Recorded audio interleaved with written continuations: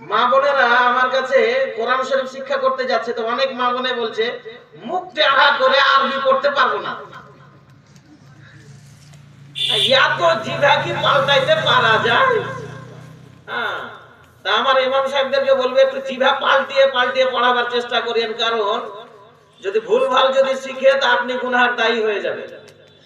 হ্যাঁ, তো কোরআন শরীফে জাবার জের পেশ তাসদীদ লেখা আছে, তবুও মা বোনেরা বলছে জিভা টেढ़ा করে পড়তে পারবে না। তো যেখানে জাবার জের তাসদীদ কিছুই নাই, সেখানে কত বড় জিভা টেढ़ा করতে হবে একটু ভাবিয়ে। হ্যাঁ, তো এই কিতাবের মধ্যে লেখছে কি যে শাবান মাসের 15 তারিখের বর্ণনা। ভালো করে শুনিও, তিরমিজি শরীফ পৃষ্ঠা নাম্বারের নাম হলো 92। হয়তো আপনার কাছে যেটা তিরমিজি আছে তার সাথে নাও মিলতে পারে, অন্য প্রেস থেকে ছাপা হতে পারে। তো বাবের নামটা একটু ভালো করে লিখে নিলে ভালো হয়।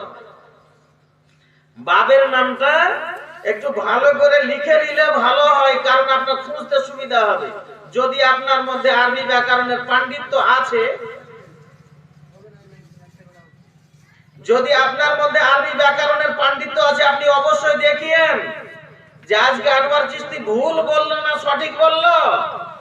আজকের সভা সেই উদ্দেশ্যেই আয়োজিত করা হয়েছে, আজকের সভা সেই উদ্দেশ্যেই ডাকা হয়েছে যে শাবান মাস সম্বন্ধে, শবে বারাত সম্বন্ধে অনেকেই উল্টাপাল্টা মন্তব্য নিচ্ছে, অথচ তারা আমার পেছনেও নামাজ পড়ছে, অথচ তারা আমার পেছনেও নামাজ পড়ছে। আর আমি তাদেরকে বুঝাতে এসেছি, বুঝাবার জন্য বলছি। আমি তাকে গাল দিব না, তার বংশ তুলে গাল দিব না, তার বাপের নাম তুলে গাল দিব না, তাকে আমি বুঝাবো হাদিসের ভাষা দিয়ে। ওর ভাগ্যে যদি হেদায়েত যদি লেখা থাকে, অবশ্যই হেদায়েত হবে। তো বলছে বাবুল মাজা ফি লাইলাতিন নিসফি মিন শাবান, শাবান মাসের 15 তারিখের বর্ণনা। কি লেখছে? মা আয়েশা। আপনি বলবেন যে আয়েশার নামের প্রথমে মা আয়েশা কেন বললেন?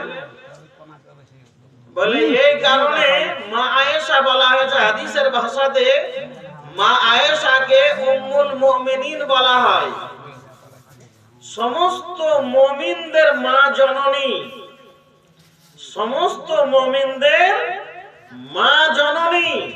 উনি বর্ণনা করছেন, হাদিস বর্ণনা করছেন। কি বর্ণনা করছেন?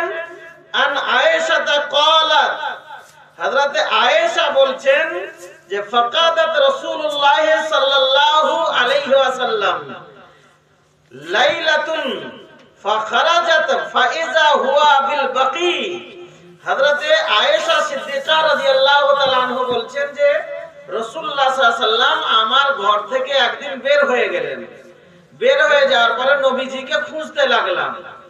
খুঁজে খুঁজে কোথাও যখন পেলাম না, মদিনার অলিগলিতে খুঁজলাম, এদিকে সেদিকে খুঁজলাম, কোথাও যখন খুঁজে পেলাম না, আমি জান্নাতুল বাকির দিকে গেলাম। কোথায়?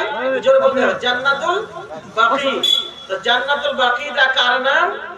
হাজী সাহেবগণ দেখে এসেছেন কবরস্থানের নাম, মদিনার কবরস্থানের নাম। একটু মদিনার একটু প্রশংসা করি, মদিনার একটু বিশ্লেষণ করি।